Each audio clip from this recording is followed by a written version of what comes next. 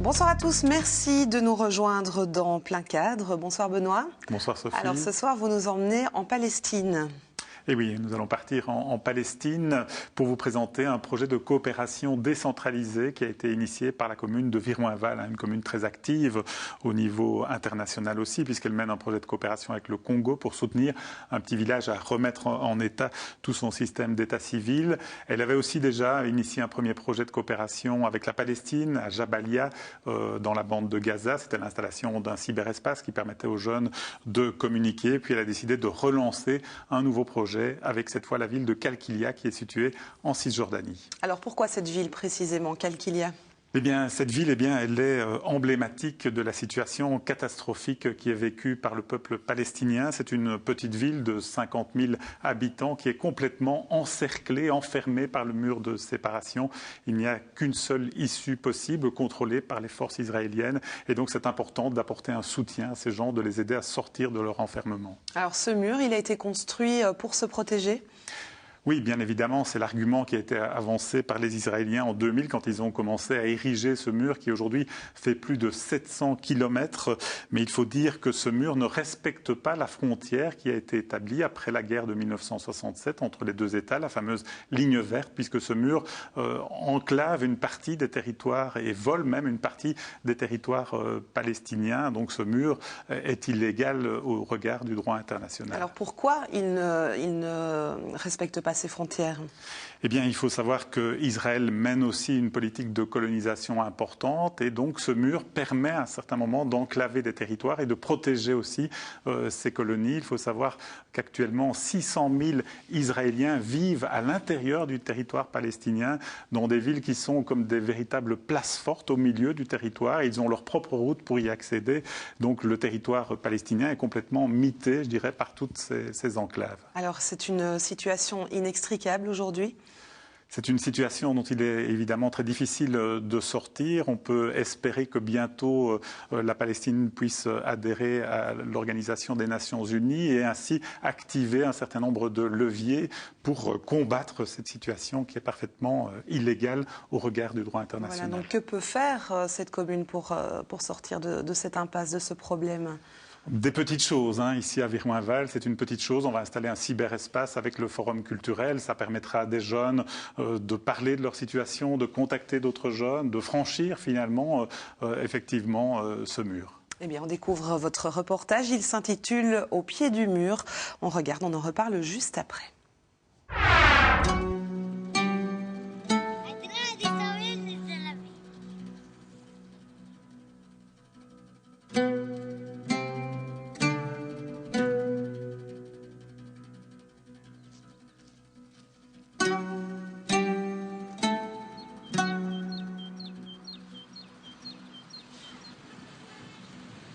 C'est à Qalqilia, dans une ville palestinienne du nord de la Cisjordanie, à quelques kilomètres de Tel Aviv, que la commune de Viroinval mène un projet de coopération culturelle. Lors de cette visite officielle de la ville, la première chose que les partenaires ont voulu nous montrer, c'est le mur de séparation qui encercle aujourd'hui complètement la ville. La partie la plus ancienne a été érigée en 2002. Ici, vous êtes devant la première section du mur construite à Qalqilia en 2002. Nous sommes ici proches de la ligne verte entre la Palestine et Israël. Comme vous le voyez, c'est du béton. Il fait 8 mètres de haut. Au-dessus, il y a des fils électriques. Il y a également des détecteurs pour toute personne qui tenterait de le franchir. Il y a aussi des caméras dans des boîtes, comme vous le voyez là-haut, ces boîtes vertes. Ces caméras permettent de prendre des photos de toute personne qui s'approche du mur. Et dans ces tours, il y a des soldats armés. Ils peuvent tuer toute personne qui approche de cette zone contrôlée par l'armée. Après avoir construit ce mur, ils ont ceinturé toute la ville de Qalqilia avec ce mur en béton ou avec des clôtures métalliques. Et aujourd'hui, nous avons juste 2 portes d'accès, une à l'est de Qalqilia et un tunnel au sud de la ville. Ce mur de séparation ne respecte pas la frontière entre les deux États, la fameuse ligne verte. Il s'enfonce autour de Qalqilia à l'intérieur du territoire palestinien pour protéger les colonies israéliennes installées autour de la ville. Ils ont coupé à l'intérieur de notre territoire. C'est ainsi que si vous venez de Tel Aviv, à 12 km d'ici, vers la colonie d'Alfé-Ménaché, vous pouvez vous enfoncer dans notre territoire sans vous rendre compte que vous êtes en Palestine parce que nous sommes derrière le mur.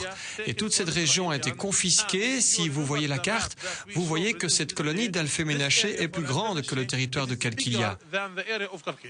La ville de Qalqilia est complètement encerclée par ce mur. Seuls 3 passages sont possibles. Un tunnel au sud vers Abla, un point de passage piétonnier pour les travailleurs qui se rendent en Israël et une route qui à l'ouest peut à tout moment être bloquée par les militaires.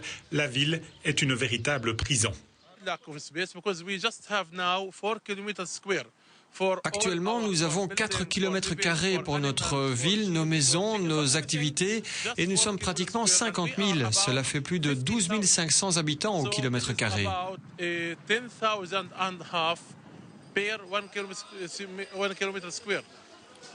C'est comme une prison ici.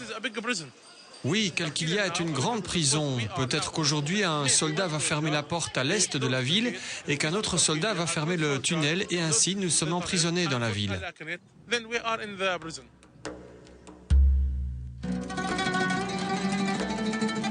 Dans les 32 villages qui composent le district de Qalqilia, là aussi le mur a imposé son blocus. C'est le cas à Djeous, un village de quelques centaines d'habitants. Ici, quand on rencontre les autorités locales, elles nous montrent d'abord les impacts de balles et les bombes lacrymogènes, témoins des violences quotidiennes. Dans ce village, il y a 2 portes qui permettent aux agriculteurs de rejoindre leurs terres de l'autre côté du mur, des portes qui ne s'ouvrent que 3 fois par jour. Si vous avez un permis, et ceci par exemple est mon permis, vous le voyez, si vous avez ce permis, vous pouvez passer par la porte quand elle est ouverte. Si vous n'avez pas de permis, vous n'êtes pas autorisé à franchir le mur. Et ce permis, il ne vous l'accorde pas automatiquement. Nous devons en faire la demande et vous devez attendre. Et si vous ne l'obtenez pas, vous devez contacter votre avocat pour vous aider une nouvelle fois pour tenter d'obtenir votre permis. Et ce jour-là, nous assistons en fin de journée à l'ouverture d'une de ces portes. Il est 17 h. Les soldats sont au rendez-vous pour permettre à quelques agriculteurs de rentrer chez eux. Des agriculteurs qui font preuve d'une certaine philosophie. Votre vie est très difficile. Actuellement, pour nous, ce n'est pas très difficile. Pour eux, c'est difficile. Nous entrons en riant, en souriant, mais eux, ils ont le doigt sur la gâchette de leur fusil.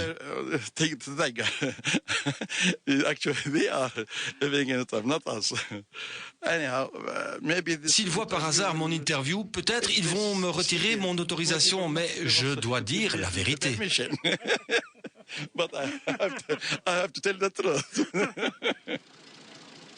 L'humour permet aussi de surmonter ces conditions de vie difficiles. À Djeous, aujourd'hui, il y a 23 prisonniers politiques, pour la plupart des jeunes qui ont manifesté contre le mur.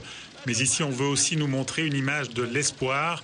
Pour un agriculteur palestinien, réussir à replanter, à faire revivre un olivier déraciné pour construire le mur, c'est la plus belle victoire. Les Israéliens ont arraché tous ces oliviers, mais les fermiers refusaient de les voir mourir. Ils les ont replantés dans ce terrain trop petit. Et par exemple, vous voyez cet olivier, il a 700 ans.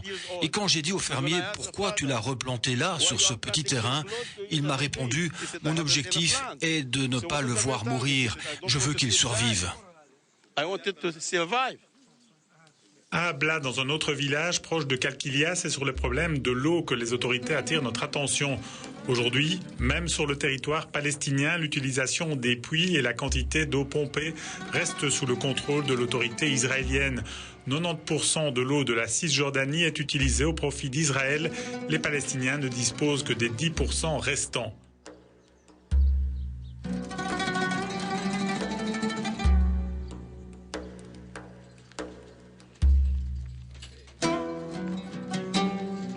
Face à ces multiples injustices, face à la répression souvent violente, les Palestiniens tentent de résister, notamment en organisant des manifestations pacifiques. C'est le cas dans le village de Bilin, où les comités locaux reçoivent aussi l'appui d'Israéliens progressistes.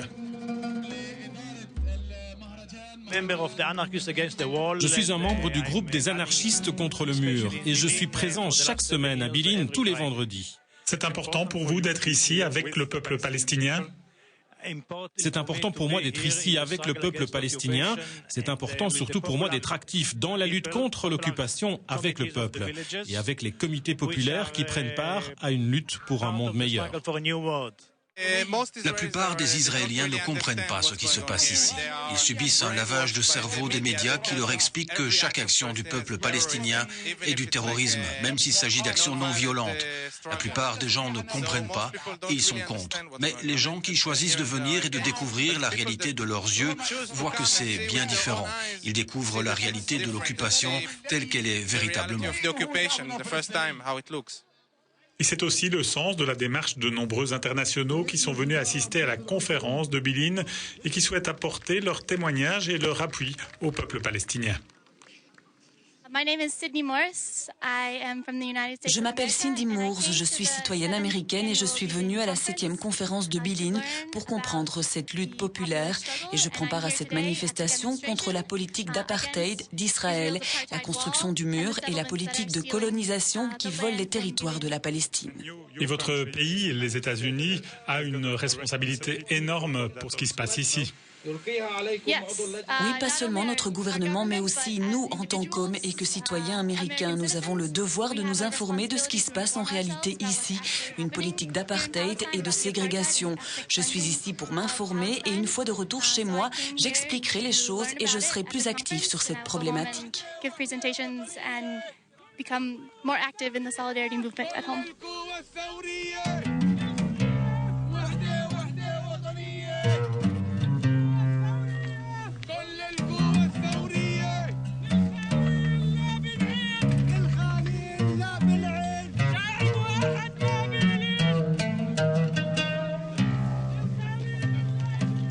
Rentrer à la maison et partager ce qu'ils ont vu, c'est aussi l'objectif de la délégation de Viron-Aval. Car ici, plus qu'ailleurs, c'est au contact du terrain que l'on peut véritablement comprendre la réalité de la Palestine. C'est vrai que quand on vient sur place et qu'on voit vraiment la situation, on rencontre les gens, on parle, on entend, on vient voir ce mur, on regarde la carte aussi et on se rend compte que ce mur a été construit pour des raisons dites de sécurité, mais en fait ce n'est pas ça du tout le but. Le but c'est de confisquer des terres, c'est d'entrer dans les terres de la Cisjordanie et de les coloniser petit morceau par petit morceau et rendre la vie vraiment impossible aux Palestiniens qui vivent ici. Donc c'est une injustice, c'est une atteinte à leur liberté, à leur activité économique, à leur vie personnelle, à leur vie familiale. C'est absolument scandaleux. Ce qui est exemplaire dans le chef des Palestiniens, c'est ce courage, cette volonté, cet optimisme, oserais-je dire, et cette volonté de résister. Et donc, il ne se laisse pas, entre guillemets, il ne se laisse pas envahir par la déception, la démotivation. Au contraire, c'est quelque chose que je remarque déjà depuis que je vis en Palestine. C'est vraiment cette volonté de résister avec beaucoup de courage et beaucoup d'humilité. Dans cette ville encerclée de Qalqilia où la moitié de la population a moins de 20 ans, pas facile de cultiver l'espoir. Et pourtant, c'est le défi relevé par quelques bénévoles qui ont créé ici le Forum culturel de Qalqilia. Ce forum mène des activités culturelles essentiellement pour les jeunes. Il a reçu il y a 8 ans le soutien d'une association belge, les Artistes contre le mur, une association dont le président décédé, Marcel de Muninck, est ici aussi connu que Yasser Arafat. Cette association bénévole organise chaque année des stages d'été pour les plus jeunes, une action vivement appréciée. Les Artistes contre le mur sont venus plusieurs fois à Qalqilia et nous avons eu avec eux de très belles activités. Depuis 8 ans, chaque année, nous organisons avec eux un stage artistique d'été pour les jeunes. Et c'est dans la foulée de ce projet que la commune de Viron-Aval a décidé d'aider ce forum culturel à se doter d'un cyberespace, un projet de coopération qui va permettre à ces jeunes de s'ouvrir sur le monde. C'est un premier pas pour prendre contact avec le monde. Peut-être pourrons-nous développer d'autres projets culturels grâce à cet outil, c'est très important. C'est une bonne action pour la paix dans la région? Bien sûr, parce que cela nous permettra de traduire notre message de paix pour les Palestiniens. Nous aimons l'espoir, nous aimons la vie, nous aimons les activités, nous aimons rire et pas vivre en guerre. Et dans quelques semaines, les partenaires palestiniens pourront disposer de cet outil grâce au soutien de la Wallonie qui finance cette action de coopération, de quoi renforcer aussi le merveilleux travail de ceux qui succèdent à Marcel de Muninck au sein de l'association Artistes contre le mur. Et c'est une jeune fille qui, au cours de cette réunion, nous a apporté le plus beau témoignage. Parce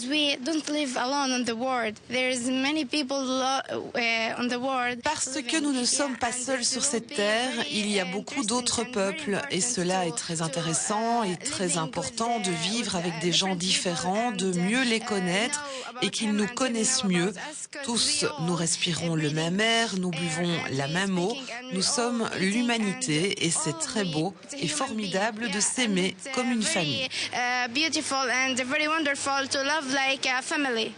Un message de paix auquel on ne peut rester insensible. Dans la commune de Viroinval, malgré les critiques, on se bat pour garder cette ouverture sur le monde.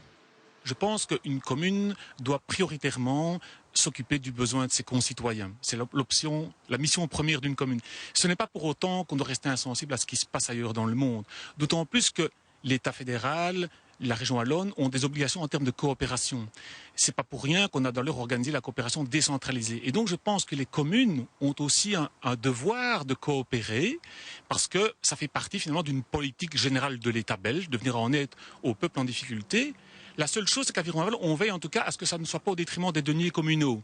La seule contribution communale, elle se traduit par la valorisation des prestations du personnel communal. Mais l'ensemble du projet, en l'occurrence celui qui est ici à Kalkia, est subventionné par la communauté Wallonie-Bruxelles. Le monde est un village. Peut-on vivre en étant indifférent à tout ce qui se passe dans le monde? On ne sait pas résoudre tous les problèmes, mais on apporte une petite pierre. On vient aider des gens qui en ont grand besoin.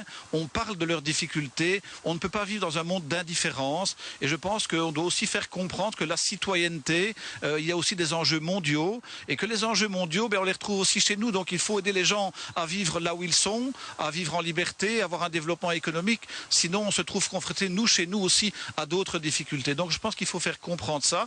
Et Viroinval, depuis maintenant une dizaine d'années, est active dans ce domaine, dans la proportion, dans la mesure de ses modestes moyens. Des moyens, certes modestes, mais qui sont appréciés par la population locale de Kalkilia. Ce sont des messages politiques de paix et d'espoir qui nous ont été transmis par la société civile et par les responsables politiques.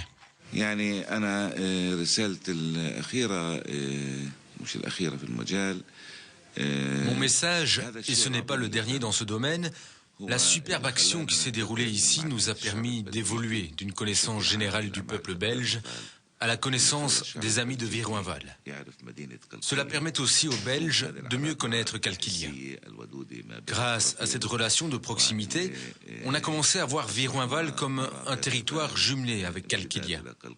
Et la position du peuple belge est une position qui soutient le peuple palestinien dans la liberté et l'indépendance de son État. La paix, nous l'espérons. C'est important que les pays européens, et principalement la Belgique, voient la réalité des choses. Nous vous avons expliqué les brimades que subissent les femmes, les enfants, les étudiants. Vous avez découvert une réalité palestinienne bien amère. Et cela va vous permettre de soutenir les Palestiniens pour atteindre leur objectif qui est d'établir ici un État palestinien.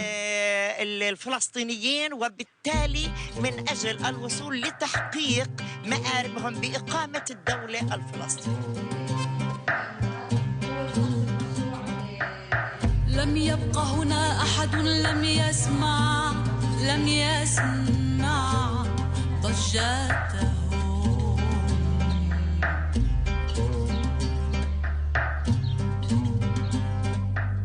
أبواق تنفخ في السور بكاء وعويل مقطوع وصهيل خيول شاردة في شارع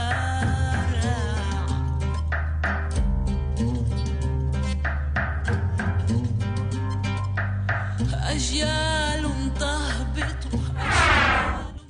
Voilà Benoît, alors on l'a vu au travers de votre reportage, on peut dire aujourd'hui que la Palestine peut compter sur une vraie vie associative et culturelle.